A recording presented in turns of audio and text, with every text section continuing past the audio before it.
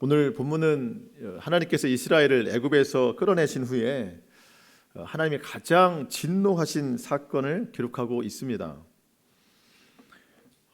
하나님께서 모세를 이제 산 위로 부르셨어요.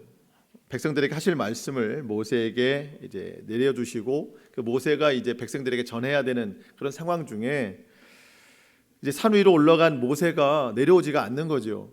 그동안 자기들 이끌어준 인도자가 눈앞에 없으니까 백성들이 불안해지기 시작했습니다. 그래서 그 불안한 마음에 금송아지를 하나님으로 대신해서 만들어서 예배했습니다. 이 일로 하나님이 가장 크게 진노를 하셨는데, 왜 이렇게 하나님은 크게 진노를 하셨을까? 여러분, 피조물이 창조주를 또다시 하나의 형상으로 만들었기 때문입니다. 여러분, 사람이 아이를 낳잖아요. 근데 그 아이가 부모를 낳을 수는 없는 일이잖아요. 그런 거꾸로 된 일을 지금 하고 있는 거예요. 하나님의 세상을 창조하시고 사람을 만드셨습니다. 그런데 사람이 다시 하나님을 만든 격이 된 거예요. 그것도 하나님께서 택하셔서 여기까지 인도하신 백성인데 그들이 이런 죄악을 했다는 것에 하나님께서는 모세를 제외한 모든 이스라엘 백성들을 다 진멸하시겠다, 그렇게 말씀하십니다. 오늘 10절에 보면 그런즉 내가 하는 대로 두라. 내가 그들에게 진노하여 그들을 진멸하고 내가 너로 큰 민족이 되게 하겠다. 모세 한 사람만 남겨놓고 다 진멸하겠다. 이 정도로 하나님께서 화나신 일입니다. 여러분, 하나님이 얼마나 화가 나셨는가 좀 비교를 해보면 알 수 있는데요. 여러분, 그 창세기 11장에 보면 바벨탑 사건 여러분 기억하시죠? 사람들이 모여서 하나님처럼 되고자 하는 욕심이 있었어요. 탑과 성읍을 쌓아서 이 탑 꼭대기가 하늘에 좀 닿게 해보자. 그래서 우리들의 이름을 세상에 다 알려보고 우리가 지면에서 흩어짐을 한번 면하게 좀 해보자. 그렇게 하나님에 대한 도전, 교만이 있었습니다. 그때 하나님께서 그들의 교만과 악함을 보시고 그들의 언어를 혼잡하게 하시고 그들을 세상에 다 흩어버리셨습니다.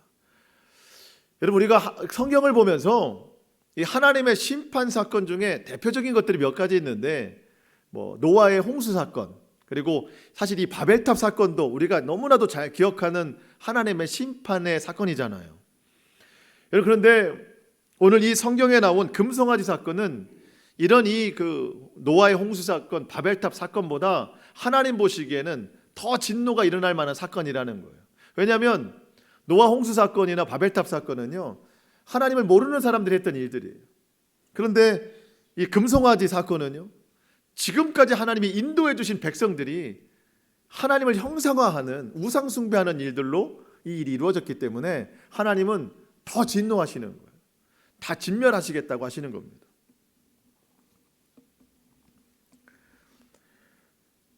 이스라엘 백성들은 지금까지 하나님의 은혜를 많이 경험했는데 어떤 그 시간을 참지 못하고 또 하나님 앞에 이런 불순종을 저지르게 되었습니다.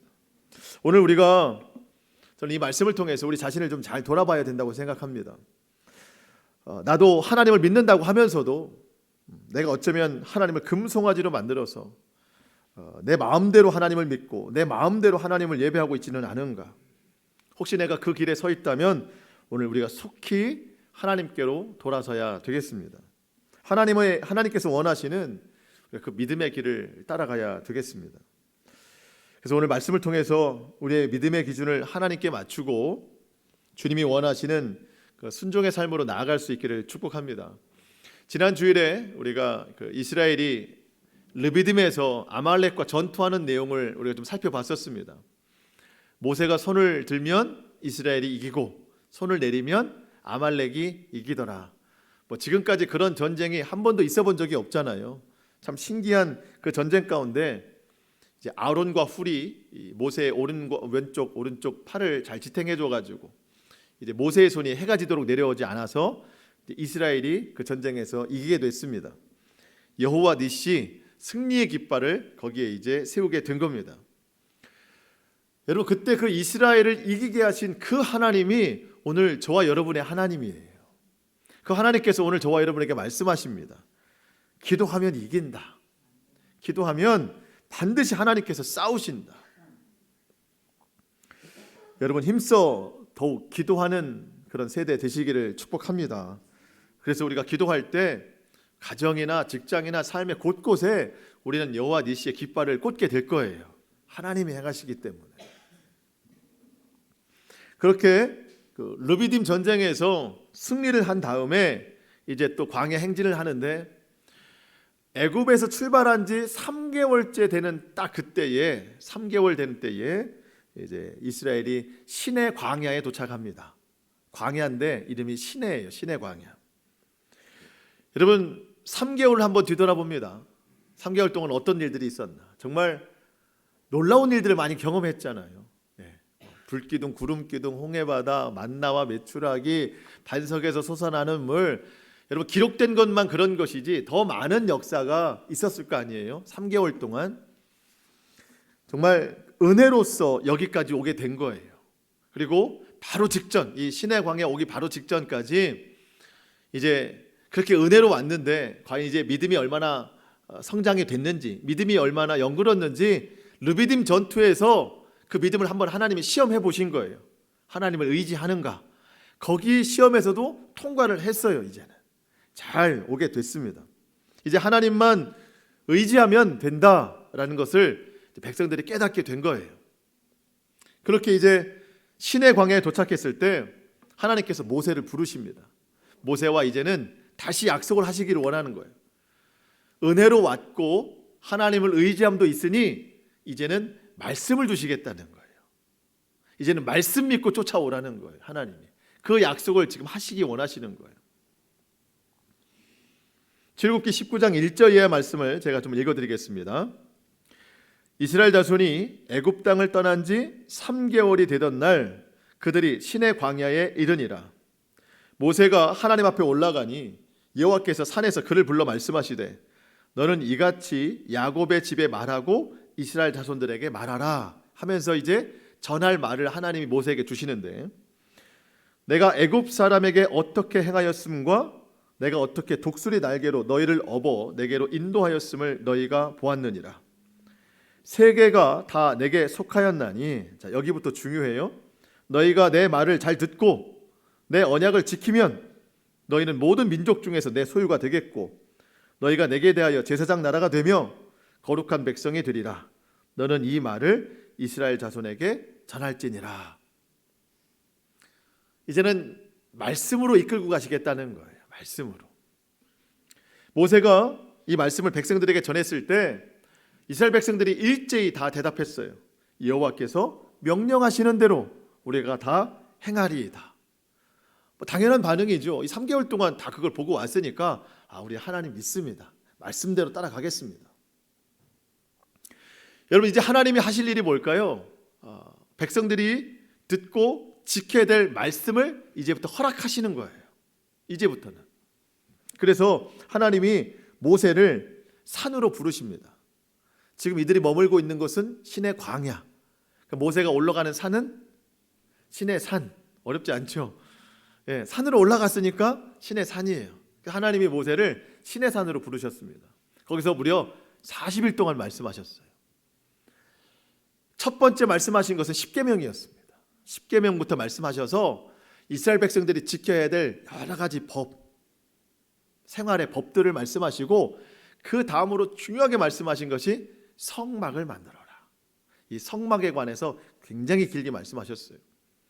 하나하나 치수부터 해서 재료부터 해서 어떻게 만들어라 방법까지 다 만드셨습니다. 성막만 만들면 안 되잖아요. 그 성막 안에 들어가야 할 어떤 성물들, 기물들, 이것까지도 다 정확하게 하나님이 말씀해 주셨습니다. 저는 그 내용을, 성경을 좀 보면서 정말 모세가 힘들었겠다. 여러분, 산 밑에서 그냥 기다리는 백성이 힘들까요? 40일 동안 그 하나님의 말씀을 듣는 사람이 힘들었을까요? 솔직히 한번 얘기해 보세요. 저는 어떻게 모세는 이 말을 다 듣고 그대로 기억해서 다 준행했을까 좀 신기할 정도예요. 물론 성령님이 막 깨닫게 하셨겠지만 참 모세가 머리가 좋았나 보다 그런 생각도 들고, 그 모든 말씀을 다 듣는 것이 쉽지는 않았겠다는 생각이 들었어요. 그렇게 40일을 마치고 내려가려고 할 때 하나님께서 선물로 주신 것이 돌판이에요. 십계명이 기록된 돌판 2개를 딱 주시고 이제 내려갈 때를 기다리고 있는 겁니다. 그 본문이 오늘 본문 바로 앞선 31장 18절이에요. 여호와께서 시내산 위에서 모세에게 이르시기를 마치신 때에 증거판 2를 모세에게 두시니 이는 돌판이요 하나님이 친히 쓰신 것이더라.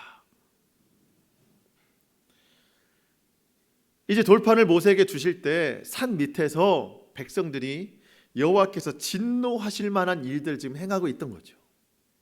그것이 오늘 본문 1절입니다.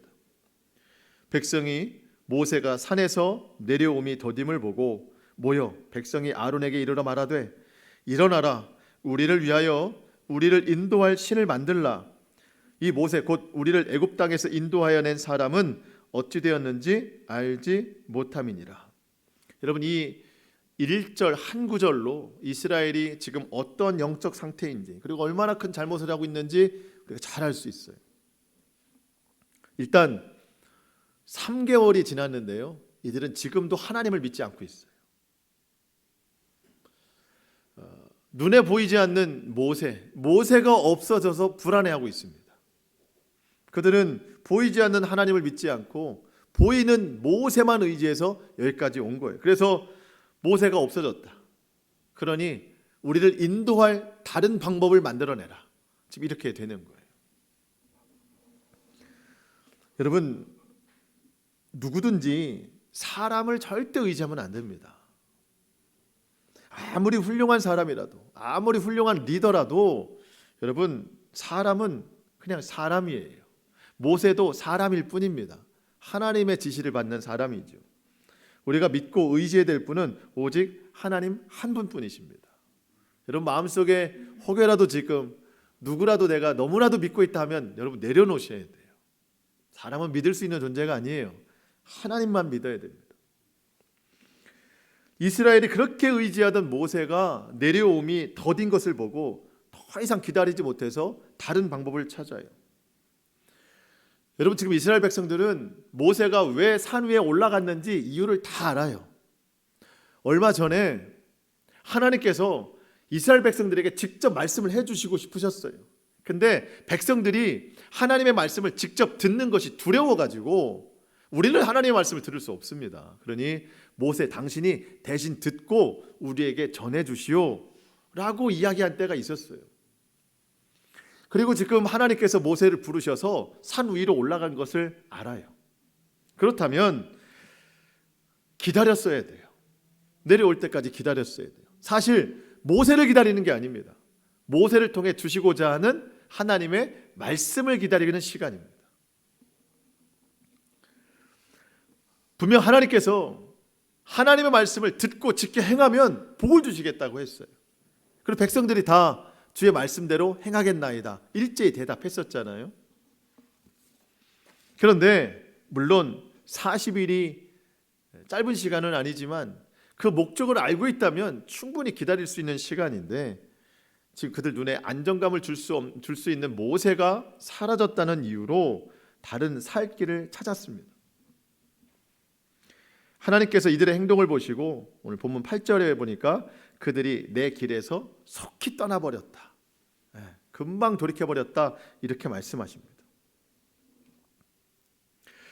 오늘 우리는 이스라엘의 이러한 모습 속에서 우리 신앙생활을 좀 되돌아보기를 원하는데요. 우리 신앙생활에 나타날 수 있는 2가지 현상이 좀 생각이 됐습니다. 이런 모습 속에서.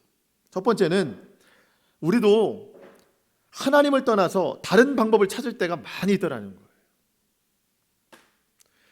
물론 하나님을 완전히 떠나지는 않습니다. 하지만 우리가 살아가면서 마주하는 어려운 일들이 있잖아요. 고난스러운 일, 참 어려운 일들이 많이 있는데 그때 나는 기다려봅니다.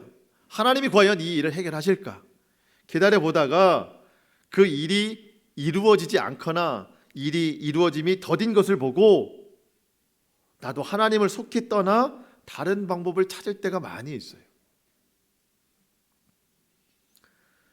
여러분 이런 사람은 하나님을 어떻게 알고 있는가? 그저 이 일의 성취를 이루는 하나의 수단으로 알고 있는 사람이에요. 여러분 하나님이 우리를 생각하시는 것과 내가 하나님을 생각하는 게 너무나도 달라요. 하나님은 그저 우리를 하나 일의 성취를 이루시는 분으로 우리를 대하시는 분이 아닙니다. 여러분, 하나님이 이스라엘을 애굽에서 꺼내신 이유가 뭐예요? 단지 구출이 아니에요. 꺼내시려고 한 게 아닙니다. 구원이 목적이에요. 만약 구출이 목적이었다면 꺼내셔서 그 다음부터 책임 안 지셔도 되는 거예요. 꺼내셨기 때문에. 근데 꺼내시고 그 다음에도 계속 함께 하셨습니다. 계속 인도하셨어요. 그들을 거룩한 백성으로 삼아주셨습니다. 온 나라의 제사장 되는 나라로 그들을 부르셨어요. 그러려면 하나님과의 끝없는 교제가 이루어져야 되거든요. 그래서 하나님이 말씀을 주시기 위한 거예요. 말씀을 주시려고 모세를 부른 거거든요. 그렇게 해서 가나안 땅의 목적이 아니에요. 그 땅을 넘어서 영원한 가나안 땅까지, 영적 가나안 땅까지 그들을 구원하시는 것이 하나님의 목적이었어요.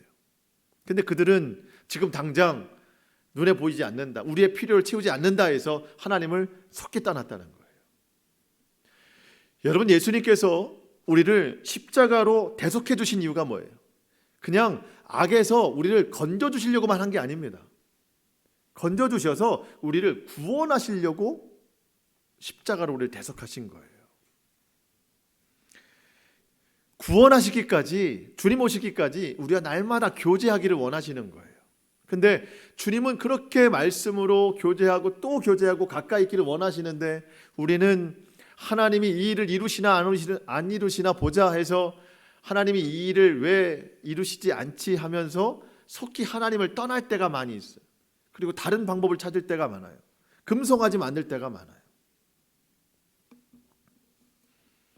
하나님의 일의 성취가 더디다는 이유로 다른 방법을 찾을 때가 많은데, 여러분, 그러면 내가 하나님을 믿는다고는 하지만 그 믿는 하나님 어떻게 생각하고 있는가? 그저 세상의 여러 방법 중에 하나로 생각하는 그런 믿음 정도밖에 안 되는 거예요.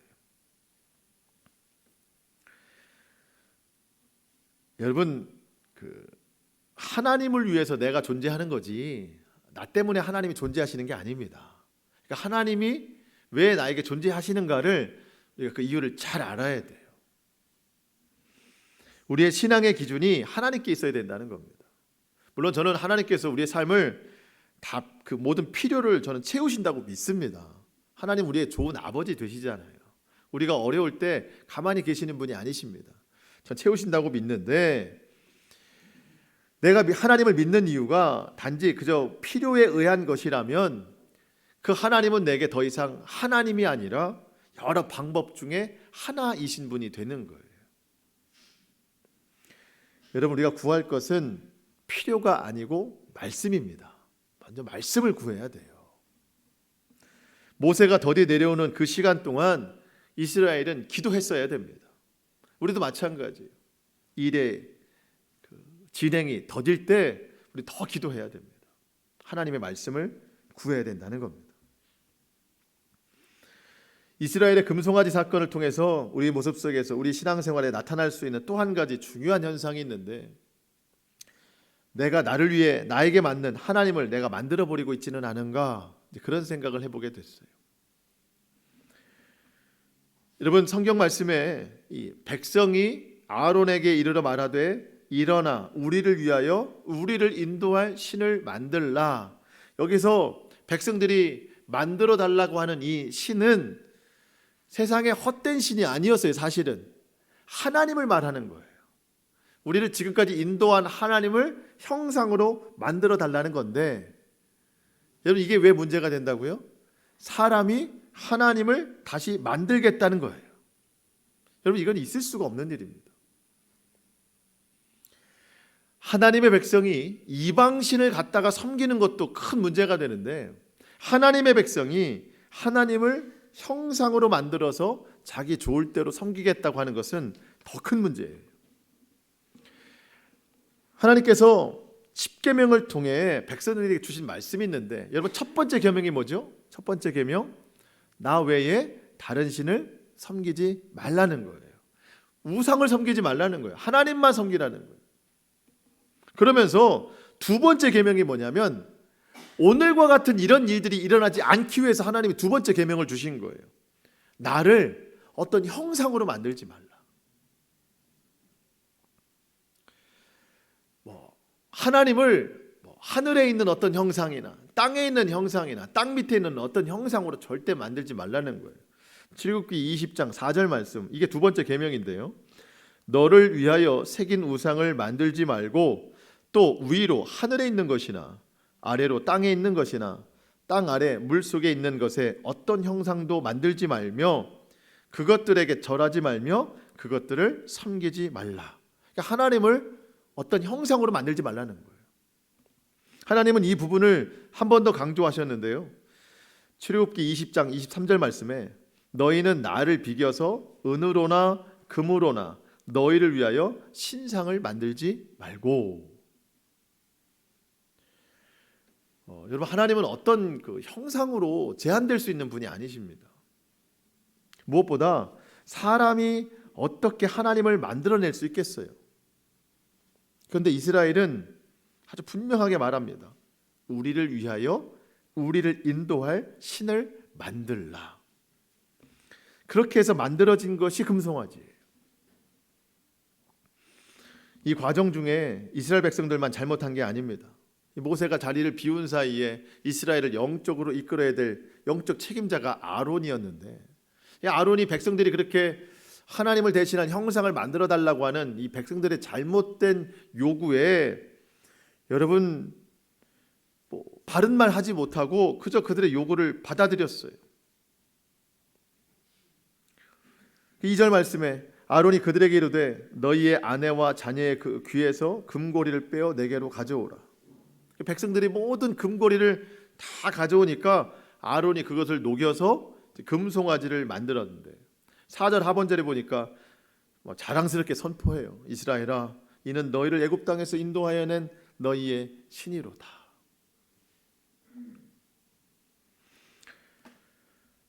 저는 목회자들이 이러면 안 된다고 생각해요.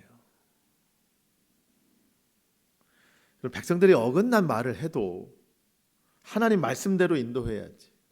목회자들이 더 엉뚱한 방향으로 이렇게 인도하면 안 된다고 생각해요. 예. 정말 목회자들이 정신 똑바로 차려야 됩니다. 예. 그리고 성도들이 목회자를 위해서 기도 많이 해주셔야 됩니다. 예. 엉뚱한 길 가지 않도록. 이러지 않도록 정말 여러분 기도 많이 해주셔야 됩니다. 저를 위해서도 기도 많이 해주셔야 돼요. 예, 엉뚱한 길 가지 않도록. 그리고 하나님의 말씀, 진리의 길로 바르게 인도해 나간다고 한다면 여러분 그 길에 순종함이 있어야 돼요. 목회자가 성도들을 사랑하는 마음에 진리의 길로 함께 가자고 할 때 여러분들 생각과 좀 다르더라도 성경에 위배되지 않는 한, 또 주님이 말씀하시는 것이라면 여러분 그 길에 순종함으로 동참할 수 있어야 됩니다. 간혹 생각이 달라서 어긋날 때가 많이 있어요. 여러분 우리의 기준은 목사도 아니고 성도도 아니고 성경이에요. 성경이 원하시는 대로 가는 겁니다. 근데 목회자가 성경이 원하는 대로 간다고 한다면 좀 버거워도 조금 생각이 달라도 그 길에 동참해 주셔야 됩니다. 그러기 위해서 우리 서로가 기도 많이 해야 되는 거예요. 아론이 또 이스라엘 백성들이 금송아지 보고 그 다음날 기뻐 뛰며 축제 예배를 드립니다. 1부, 2부로 나눠지는 것 같아요. 축제 예배가 1부는 그럴듯하게 하나님께 드리고 2부는 애굽 방식으로 예배를 드리는 것 같아요. 여러분 6절 보실까요?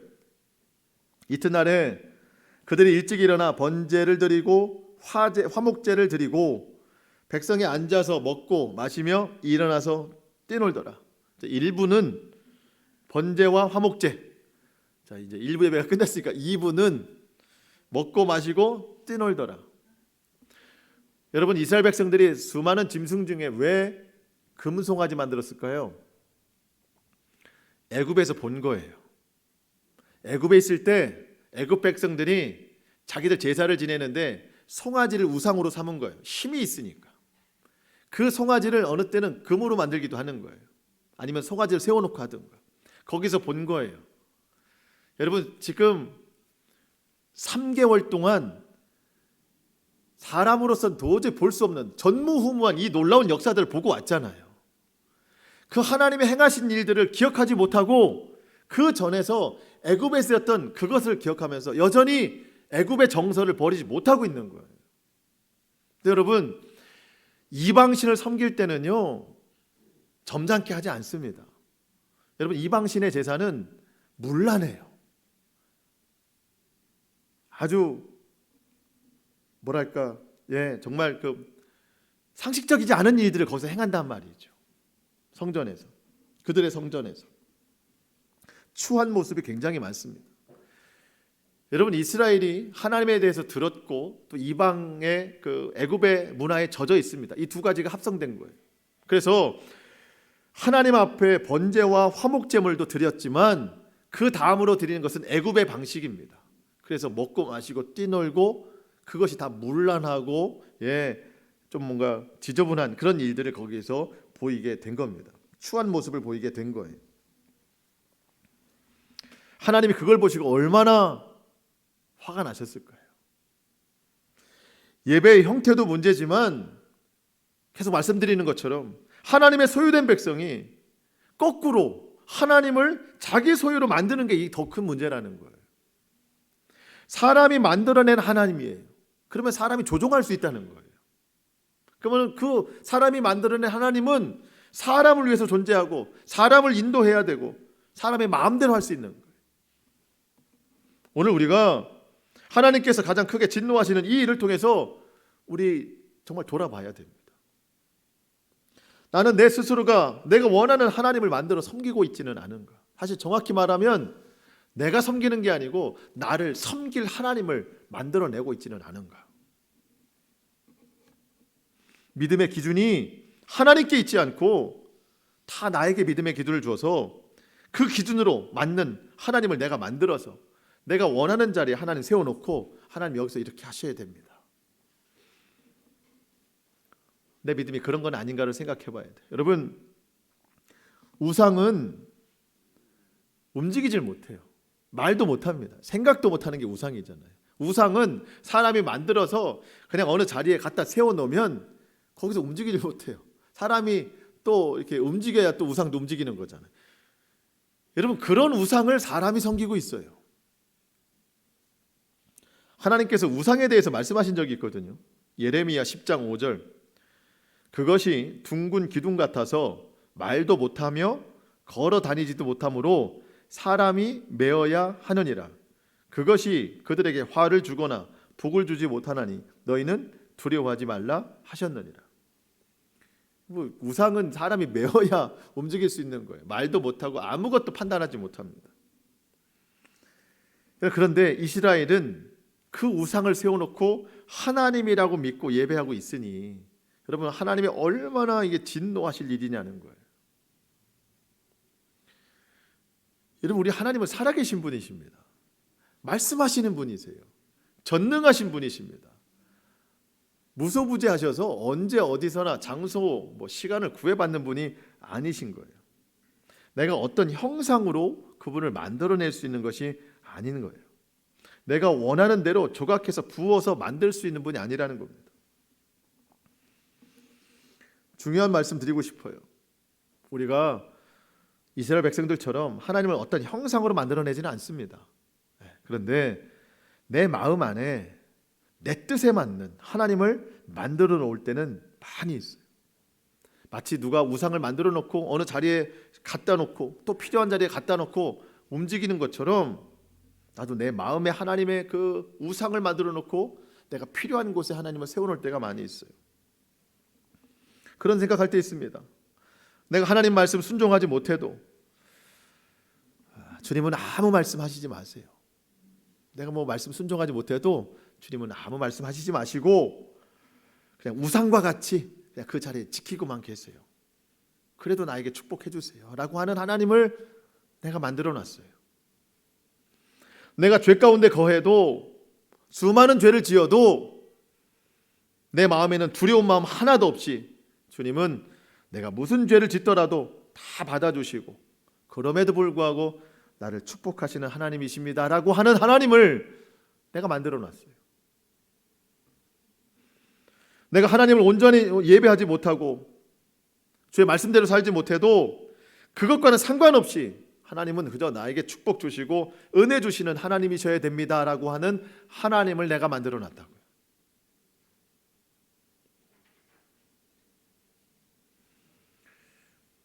말씀 가운데 동행하라고 하나님이 계속 말씀을 주시는 거거든요. 그래서 모세를 부르신 건데, 말씀 없이도 나는 잘 살고 있고 말씀으로 인한 변화가 하나도 일어나진 않지만 그것과 상관없이 하나님은 내 삶을 채워주셔야 됩니다.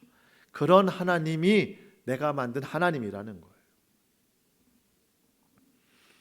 나는 하나님 앞에 헌신하기를 꺼려하지만 하나님은 나에게 많은 헌신을 하셔야 되는 분이십니다. 그게 내가 만든 하나님이라는 겁니다. 이 모든 일, 내가 원하는 이 모든 일, 내 기준으로 행하는 이 모든 일들을 하실 그 하나님을 내가 기대하면서 내가 하나님을 형상화해서 만들어 놓고 있다는 거예요. 하나님을 안 믿는 건 아닙니다. 하나님을 믿어요. 근데 내가 믿는다고 하는 하나님이, 그 하나님이 모세에 처음 만났을 때 나는 스스로 있는 자니라 했던 창조주 하나님을 내가 믿는 게 아니라 내가 만들어 놓은 하나님을 내가 믿고 있다는 게 문제인 거예요. 여러분, 속히 내가 만든 하나님을 버려야 됩니다. 그건 하나님이 아니에요. 우상이에요. 잘못된 하나님입니다. 속히 그 길에서 떠나야 됩니다. 스스로 계신 창조주 하나님께 우리 돌아가야 됩니다. 하나님의 기준에 합당한 믿음으로 살아야 되는 거예요. 우리의 잘못된 신앙을 바로 잡아야 됩니다. 하나님께서 금송아지 우상을 만든 이스라엘에 대해서 모세에게 말씀하시는데 7절 하반절에 보니까 이 백성이 부패하였도다. 부패했다고 말씀하세요. 9절에 보니까 이 백성은 목이 뻣뻣한 백성이로다. 여러분, 부패한 백성, 목이 뻣뻣한 백성에게는 하나님의 진노밖에는 당할 것이 없어요. 그래서 10절 말씀, 그런즉 내가 하는 대로 두라. 내가 그들에게 진노하여 그들을 진멸하고 너를 큰 나라가 되게 하리라. 여러분, 오늘 우리 믿음 점검해야 됩니다. 내가 믿는 하나님이 어떤 하나님인가를 점검해야 돼요. 내 믿음이 오늘 부패해 있는지, 내가 오늘 뻣뻣한 백성으로 하나님 앞에 교만하게 서 있는가, 여러분 잘 분별해야 됩니다. 만약 내가 오늘 그런 하나님, 내가 만든 하나님을 믿고 있다면 속히 벗어버려야 됩니다. 하나님의 말씀을 가까이 하지 않고 하나님 말씀 들으려 하지 않고 그저 하나님이 나에게 축복 주시기를 원하시는 내가 만든 하나님 만들어 놓고 있다면 그 하나님은 생명 없는 그냥 하나의 우상이에요. 우상. 그런 하나님에게는 아무 능력이 없어요. 오늘 이 말씀으로 우리의 신앙을 좀 잘 점검해 볼 수 있기를 축복합니다. 진짜 신앙으로 나아가야 되는 거예요. 이스라엘은 다행히 모세의 기도로 진멸당함을 모면했습니다. 11절에 보니까 이런 말씀이 기록되어 있어요. 모세가 그의 하나님 여호와께 구하여 이르되 여호와여 어찌하여 그 큰 권능과 강한 손으로 애굽 땅에서 인도하여 내신 주의 백성에게 진노하시나이까. 하나님 진노를 거두어 주시옵소서. 여러분, 모세가 기도하는 이유는 백성들을 살리고자 함도 있지만 첫 번째 목적은 하나님의 이름이 땅에 떨어질까 두렵습니다. 하나님의 영광이 가리워질까 두렵습니다. 여러분, 11절에서 하나님 모세가 이런 기도를 하잖아요. 그러면서 12절부터 13절의 이유를 이야기하는데 12절에는 그런 이유예요. 하나님, 광야에서 이스라엘 백성들 다 진멸하시면 아마 애굽에 있는 백성들이 하나님을 조롱할 겁니다. 아니 기껏 광야에서 자기 백성 죽이려고 여기서 인도해낸 그 정도의 신이신가? 라고 조롱할 거라는 거예요. 하나님은 그런 조롱을 받으실 분이 아니십니다. 13절에 보니까 아브라함과 이삭과 야곱에 대해서 하나님 약속하셨는데 분명히 이스라엘 자손을 하늘의 별과 같이 번성하여 민족을 이루시겠다고 하셨는데 여기에서 다 진멸하시면 하나님의 약속이 없어지게 되는 겁니다.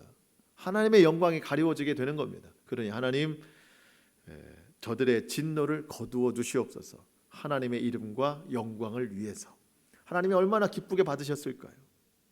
여러분, 우리의 삶이 이래야 된다는 거예요. 하나님의 영광을 위해서. 그때 하나님께서 진노의 뜻을 돌이키셔서 그 백성에게 화를 거두십니다. 거두시는데 하나님이 많이 속상하셨나 봐요. 많이 속상하셨어요. 그래서 그럴 때 있잖아요. 우리도 그래 뭐 용서는 하겠는데 가까이 있고 싶지는 않아. 하나님이 그러시는 거예요. 그래, 용서하겠다. 하지만 내가 약속한 대로 너희를 가나안 땅으로 인도는 하겠다. 하지만 너희랑 같이 있고 싶지는 않아. 내 그 길에 같이 가지는 않겠다. 왜? 같이 있다가 너희가 또 그런 죄를 범하면 그때는 내가 못 참고 완전히 진멸해 버릴 것 같아서 내가 같이 있지 않겠다. 여러분 33장 3절 말씀 한번 보실까요? 33장 3절 말씀. 너희를 젖과 꿀이 흐르는 땅에 이르게 하려니와 나는 너희와 함께 올라가지 아니하리니 너희는 목이 곧은 백성인즉 내가 길에서 너희를 진멸할까 염려함이니라 하시니. 하나님은 믿을 만한 분이신데 백성은 믿을 만한 존재가 못 돼요. 그래서 하나님 못 믿으시겠다는 거예요. 백성들이 슬퍼합니다. 회개합니다. 하나님께서 그런 말씀하세요. 너희가 정말 회개한다면 너희 몸에 치장하고 있는 그 장신구를 다 떼내라. 또다시 그 장신구로 엉뚱한 형상 만들지 말고 이 모든 장신구를 다 떼내라. 그러면 너희가 진정으로 회개하는 줄을 알겠다.